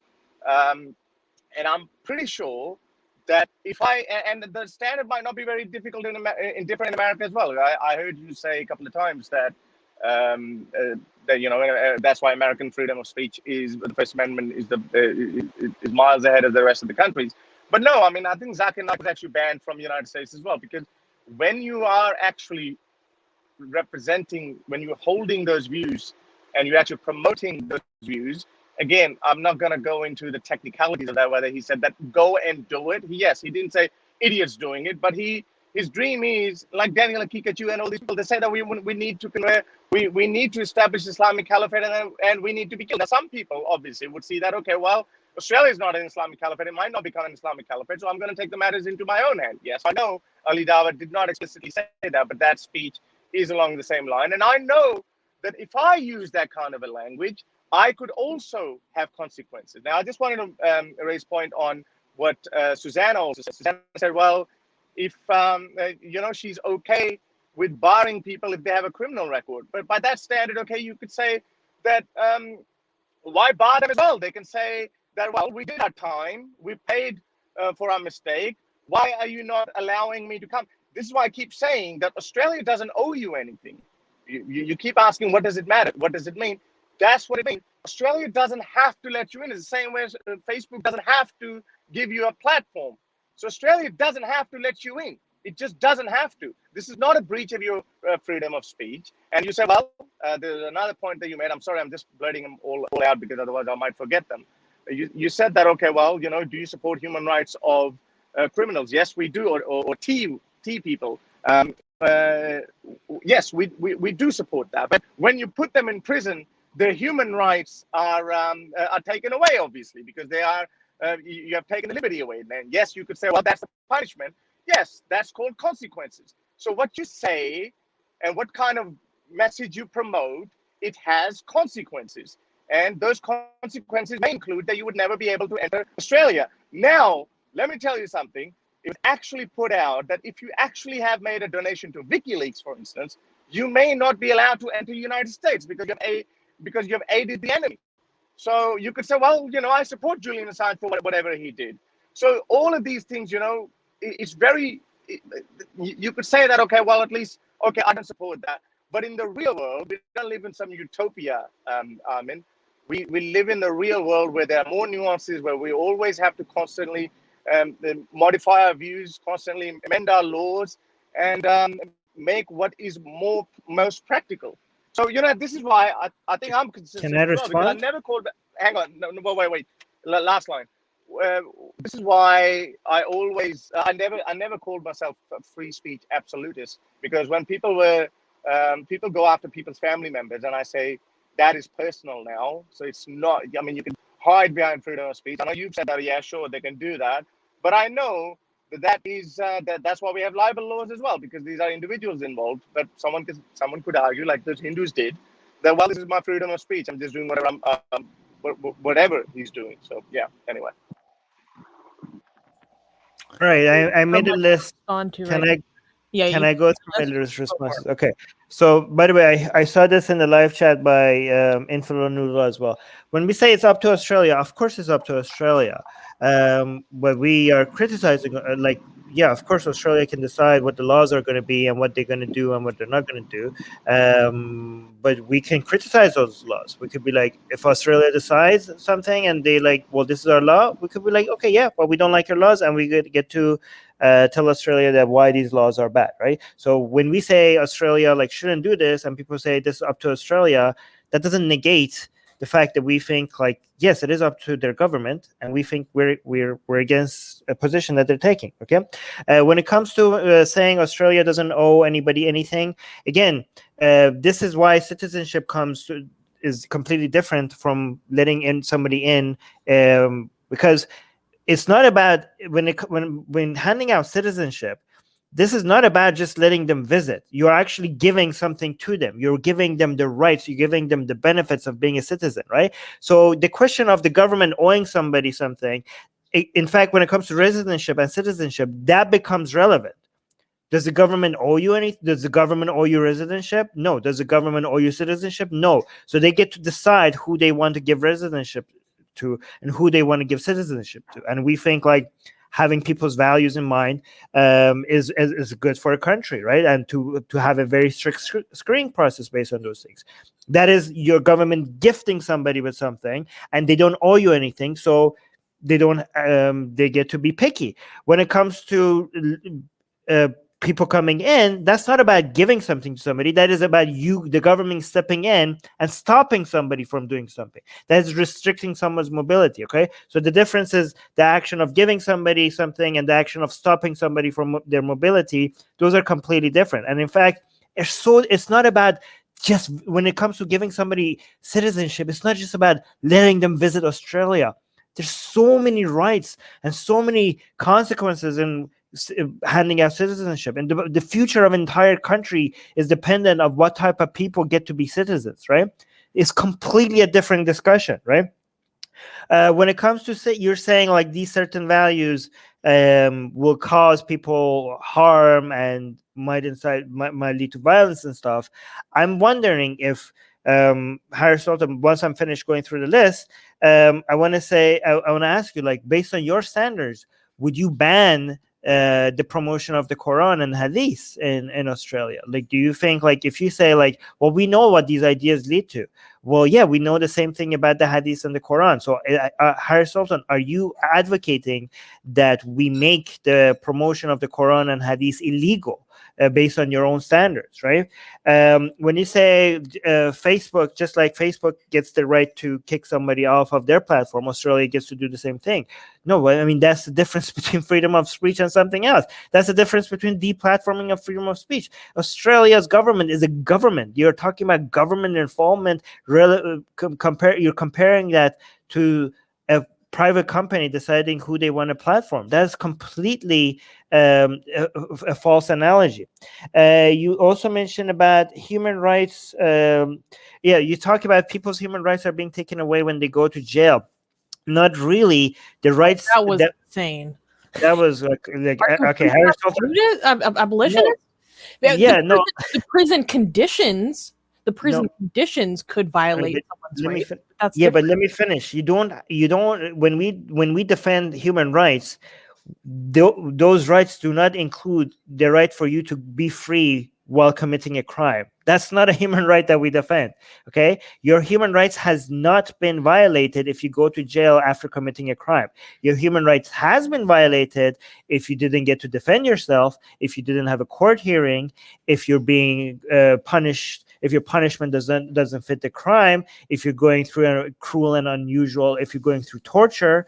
I think your also human rights has been violated if you're being executed. Like, I'm against the capital punishment, so I think that's a human rights violation. But no, your human rights has not been violated because if you go to prison for committing a crime, because I didn't hear any of us thinking like I should be able to commit a crime and not go to prison. That's not a human right that we promote. So I don't understand. Yes, there should be consequences to your action, but the consequences need to be justified. There are certain crimes that we think like there, for example, there shouldn't be any consequences. Okay, and again, there should be consequences to you advocating for horrible views, but some of those consequences shouldn't be legal, right? For example, I think that it's a justify if I go and spread really disgusting racist views and I lose all my social media accounts, I think that's a justified consequence to my action. But if I go to jail for it, I don't think that's a justified consequence to my action. Just because we endorse, again, this is not a black and white thinking. Just because you are for people saying consequences to their action, that doesn't mean that you endorse all form of consequences to people's action, right? So, for example, if somebody steals money and they get executed for it, or Islamically cut their hands for it, I'm like, yeah, no, that's unjustified. That's not a consequence that we promote. You're like, wait, so you think somebody steals something, there shouldn't be consequences for the action? Yeah, there should be consequences. Maybe they should go to jail. But cutting off their hands, that is way too much. So yeah, you can't be like, oh, I am for consequences for people's actions and you guys are not. No, we are. We're just the debate is not whether or not there. Okay, so I don't know why you're bringing up there should be consequences. No, I know. I think I made it quite clear why I was bringing up, because so basically we're disagreeing on what the consequences. So I actually, since I told you I'm driving, so I'm not really writing it down. What was your first point that you made about immigration? You said, well, that's a totally different conversation. No, it's not, because you said that the entire future of the whole country depends on it. Well, if you allow 500 Ali Dawas to come every year to Australia, yes, the entire future of the country will depend on that too. And this is what we've seen in Western, in European countries. And that's why countries like France and all the other countries have started looking into what kind of imams are going to come into the country to visit and spread the ideas. What kind of ideas they're going to spread? Are they supported by? Are they sponsored by Salafis? What kind of version of Islam is coming, etc., etc. In Germany, it happened with Turkey and all that. So yes, I can make the same argument that the future of the entire country and the whole generation depends on that, because these people come from those countries and they radicalize the local youth. So I can use the same argument, but again, let's leave it to the audience. What was your second counter argument? Can I respond to that? But if you say, I'll forget about all the others. But I'll forget about all the others. Okay, well, sure. Let's go back and forth on this then. Let's go. If you allow 500 Ali Dawas, that's a classical slippery slope logical fallacy. Okay, so you committed the same one. But the same one when it comes to residents. No, but I agree with the actions taken of not letting people in if they have supported, or if they are being supported by a terror group. No. For example, if your petition says like Ali Dawa has donated to, I don't know, like Hamas, or has been sponsored by Hamas or something like that, which that's is your actually standard, not my standard. That's your standard. That's not my standard. He's telling people that Hamas should be killed. So why hang on? Why do I draw the line? Why do I draw the line at Hamas and not him openly saying that ex-Muslims should be killed? Okay, but I do think there's a major difference between somebody being associated with a terror group. I don't know. You don't see the difference between thought policing people and not letting them and getting the government involved because of the wrong opinions that they have, compared to somebody being actively involved in a terror group. Violence is the line. Obviously one is hang on. Yeah, but it's a pretty agreed upon standard. People have always said that violence, and again, I'm not going to make any apologies or excuses about that. That's always has been my line. But they always say Hamas would be worse. Hamas would be worse than just saying something, because in one case you're saying, in the other case you're doing it. Right. Okay. So if that's how loose you want to be with the lines, should Majid Nawaz be able to go to Australia? Why? What did he say? He thinks the Quran is the word of God. Yeah, that's fine. That's the word of God. Okay, so but the Quran, the views in the Quran have been very harmful, and they do lead to violence. Yeah, but they disagree. Yeah, but it depends on how he interprets the Quran. So he doesn't agree with the violent verses of the Quran. No, but he has a whole line of reasoning. No, but the fact that he endorses the Quran And if more people take the Quran seriously, if you go down that road, he's legitimizing a book that is advocating the murder of people like me and you, and even Susanna. You and I, we both know. You and I both know that this is not as black and white in that case either. Okay, and we exactly. know. Exactly. No. But in my case, it's a bad analogy, because in my case, it is pretty black and white. That you draw the line at violence. If I say some certain groups of people should be killed, other countries are well within their rights to say, Harris, your bigoted views are not welcome in this country. So the disagreement that me and you have is how far away from violence that view is. Like, basically, you agree that you agree that just because something could lead to violence, that doesn't mean the government should get involved, right? So it's not as black and white, because the view, there are many, there's no Islamic preacher that should be allowed in Australia because they endorse indirect. Huh? You're just deliberately trying to dig a hole. There is a difference between explicitly saying something and implicitly saying something. People can always hide behind, and that is the slope that they can hide behind. All right. Let's go. Quran says that Let's go to other preachers call then. for violence is only under specific. It's not even a call for violence. He's stating a fact under which circumstances. He's saying that's what. No, he's saying that should happen. He's saying that's what should happen. He's not saying that under Islamic law, that's what Islam says. He said that's what should happen. He's an influencer. So your line is a little bit higher. Let's say. So do you think every single imam who actually takes Hadith Bukhari and the Quran literally, every single one of them that says like that, every single one of them shouldn't be allowed in Australia? Yes. I said it before when they did that because that's what France did, right? That's what France has just done. That we're going to look into what are they actually preaching before they actually enter France, and then we're not going to let them in. If they actually I get say, so you are more of an authoritarian than we are. Then, like, we don't disagree. We don't disagree on what's happening. We just have different standards on how much government involvement violence. No, again, I have to keep saying that.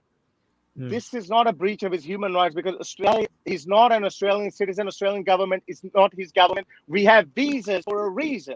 We have visas because nobody owes anyone anything. We can always say, no, you're not welcome to come. You are welcome to come. So you can't just compare that with, this is when we have world without borders, maybe he will have a problem then. Maybe we'll talk about it then. But now this guy's compatible views. He does not agree with Australian values, and we are well within our rights to actually say, no, sorry, you're not welcome. It's very simple. So is it? But yeah, I guess that I just draw the line when it comes to incitement on violence a lot more directly. Do you know what I mean? So we just have different values. Like I think the government is justified to step in only when somebody says, like, if somebody, for example, if somebody comes and says it would be great if Armin dies, or under a perfect government, Armin should be executed. I don't see that for government. I don't think that should be banned, or the government should get involved in any way. If somebody says that, I don't think, because it's not obviously a veil for a threat. If somebody actually says, like, guys, just go and do something to Armin, then that should be. I think I'm a bit more. Threat. That's an open threat. So that's the difference between a veiled threat and an open threat. Yeah, I mean, if a lot of these people might actually not be thinking that they genuinely might not be doing a veiled threat. How do you know it's a veiled threat? Maybe they. How do you know that? How do you know that they don't actually believe that the conditions of an Islamic state for me to be executed will not be met until the Mahdi comes back? How do you know that they genuinely don't believe that? Who's going to decide what we know? Because I'm not an idiot. Because if you're reading saying, people's minds. If someone, I mean, yes, you also read between the lines as well. If someone keeps saying that Harris should be killed, Harris should be killed, Harris should be killed, and I'll create a caveat, but under an Islamic the law, under Islamic caliphate or something. I know when I would design my threat like this about someone, I would deep down be hoping that yes, someone might misunderstand my word deliberately, and someone will take care of Armin. because I'm just saying that Armin. You should be think it's killed. impossible? You think, okay, even when I was a Muslim, I met people that genuinely, Muslim people who genuinely believe and actually were, this is the way that they try to justify it to themselves, right? That the conditions are not like, when they say like, yes, maybe under a perfect regime, an Islamic regime, you should be killed. They keep wanting to clarify that these conditions are not met and will not be met in your lifetime. Mhm. And the only reason why they hang on to that idea of these conditions will, if the conditions are met, then you should be executed, is because they don't want to deny the hadith, because they think like they're being un-Islamic. Like they are uncomfortable with this hadith. They're uncomfortable with these Quranic verses. And the only way that they could justify it is by believing that we are so far away from those conditions that to be met. Well, I don't care. I understand that might be the reason. Let me finish my point. Do you think it's impossible for certain? Again, I'm not endorsing any of this. Okay, a lot of these people think like. Of course, you'll be. But do you think it's impossible for some Muslims who come and say that only under very specific situations that nowhere on this planet has been met, then execution of ex-Muslims are okay, and even then under this standard and after a trial and after 3 days? Do you genuinely think it's impossible for Muslims to say that and actually not wanting any ex-Muslims to be executed while they say that? Do you not think that's possible?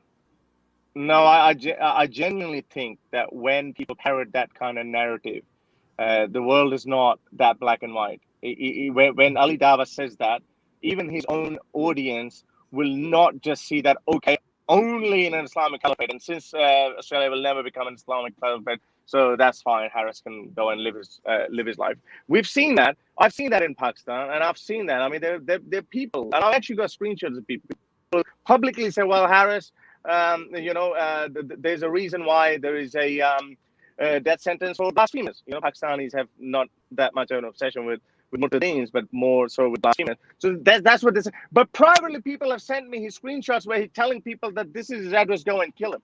So I know that people. Hang on. I know what you're gonna say. I know what you're gonna say. But not everyone is like that or whatever. But, that's not what I'm gonna say. You're gonna say you can't hold Ali Dawah. You can't hold Ali Dawah to that standard, right? No. Okay, I'm saying if you have private messages of Ali Dawah actually wanting to get people. No, not Ali Dawah, someone else. Not Ali Dawah. Okay. No, Ali Dawah. I don't think he's that stupid to actually. I just don't think that you should just guess people's viewpoints and then apply government. No, wait. I don't think that you should, even if you're correct, okay, Harris, even if you're correct, if you don't have evidence for it, you shouldn't be able to get the government involved based on. Yeah, I get that point, and I apply the same logic on conspiracy theories as well. That even though that might be true, but we cannot accept it. But the price here is far higher. So as I said, this is why I keep saying Australia doesn't owe him a visit. So Australia doesn't have to be. So we can live without anyone getting harmed or anything if he is just not allowed in, and it actually sets the precedence. What it does, it sets the precedence. Other clerics, other preachers would also think twice before they would actually do it. And unfortunately, we've been waiting for a very long time. As I said, France is one country that's taking a big action on this front, and I'm actually happy with that. It's perfectly consistent with that. I'm not a free speech absolutist. All right, I'm gonna say something, but then after this we have to go to Susanna because she has her hand up for a long time. I just think that when you guys underestimate the consequences of giving governments this level of authority over thought policing. If you study a little bit, if you study more history, you could see where this line of thinking leads to. If you want to get governments involved in removing the people who you don't like, you're setting a precedent for something that the consequences of it is higher than what you're actually stopping. Susanna. Not like. Sorry, I have to say one word. Not like. It's not. So don't straw man me. I didn't say that he shouldn't be allowed because I don't like him. Because he's making a speech that is leading to violence. Now we can disagree on that, but that is my standard. Okay. Thank you for clarifying, Susanna. Do we know? Do we have examples of his speech leading to violence? Also, I want to clarify one thing. When you talk about what France is doing, are you talking about their so-called ban on Islamism? Is that what you're referring to? We're doing deep attacks on people who enter France on preaching visas. Okay. Thank you for clarifying. And I think Austria. I think Austria's done that too. Yeah. I want Australia to do it. I want Australia to do it. What do you think about whether or not this is a free speech argument or just a visa thing? Like, put that aside for a second. What do you think about our arguments about this not being a smart thing to do strategically? No, I don't think. I think people will always have two people. There will always be people on two ends. There'll be some Muslims who will say, "Ha ha ha!" They'll be making more noise, and it might resonate with other people. But but then there will always be more people who would say, well done, he shouldn't be allowed, and other people will think about it too. But as a consequence, what I do understand, I think it is smart, because as a consequence of this, other clerics will actually think twice before saying things like this openly. Now, I know for a fact that when we, for example, there's so many things that I actually want to say on YouTube, and you guys are constantly censoring words too, for good reasons. But again, we actually hate that, right? But we know that whatever we say, we can pay consequences for it. We might lose a channel, we might, we might come up on someone's alert list or something or whatever, and these things can happen. So therefore, the onus on us is to be even more careful to actually choose our words. So and social media, unfortunately, and I do think that social media has gone into overcorrection mode. But when you do take social media away from people, this is a huge tool for all of us. If it is taken away from us, we will lose a lot of voice too. So I don't mind if people like Ali Dawah do lose their voice, not because I don't like him or because of their religious views, but because they are proud of that. All right, so I'm really he will be okay. Watching, and he will be watching when you and I get in bed. Harris, most of the live chat agrees with you. So before we go, can you tell people where they can find the petition? But I'm starving right now, so I need to go eat. But let people know. But given that most people are on your side in our own live chat, I think this is a good opportunity. This is a good opportunity for you to tell people where to go sign the petition. Right. So, thank you for the opportunity. And I was hoping for a Streisand effect, and I was hoping that those ex-Muslims who actually don't support my petition, but at least talk about it. So thank you very much for talking about it, because then at least, people can hear both sides of the argument, and then, they can make up their mind. Even in my video, I said, if you agree with this narrative, only then sign it, but which was the obvious anyway, because if they didn't agree with me, they would have been like, screw you, Harry. So guys, you can go to my my YouTube channel, which is Harris Sultan. You would see a video there. I think this video that Armin played is there. But if you go to Google, you put in Ali Dawah petition, there are 2 petitions against him. I think the top one only had about 100 signatures or something, where this guy, YouTuber, tried to ban him from entering Speaker's Corner, but that's just irrelevant. So the second one that comes up, hate speech, it says something like hate preacher Ali Dawah coming to Australia or something. So you can click on that. I think it's just gone over 2,000, but I'm hoping that there should be a lot more signatures once other ex-Muslims actually understand my narrative on this. And I thought that would be the case, that we draw our lines everywhere, and this is why we always say morality is subjective. I knew that some people would say, well, he didn't technically say go and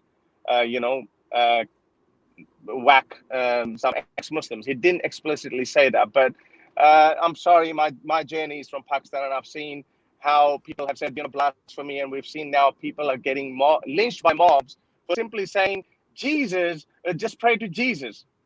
So there's one thing that you say, and then it has consequence. Now, I know you can say slippery slope fallacy. I actually buy slippery slope. I mean, slippery slopes do happen. They are real. But anyway, yeah, thank you, guys. Thank you for the opportunity.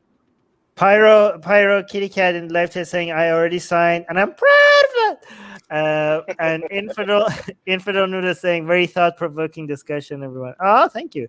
Yeah, I mean, I hope that Aisha, Infidel, I want to ask Infidel. Can you say that? So I know you were re-questioning your position on that. I hope that kind of help you make up your mind or something. Or if not, then I'm willing to talk to you. Everyone is simping for Infidel Noodle. Everyone was like, Pick me. pick me, Infidel Noodle. Pick me, my side. I was no, but with Infidel Noodle was the very first person who I ran this idea by. That when I decided that I'm gonna create a petition, I actually sent her the draft that this is what I'm gonna write. So she did recommend a few things, but I think I forgot to add them. But it would have been I would have been shattered if I had thought she's actually changed her mind, which is perfectly fine. She can't change her mind, but I'm more than happy to talk to her even more. Because I can explain even more. Yeah, I hope lay her back. I hope the people who disagree with us can see at least where we're coming from, like me and Susanna, like why we think the way we do. Like I think some of us are very skeptical of government involvement. We're like, it's a huge red flag for us, and already precedent for this. I don't like that precedent.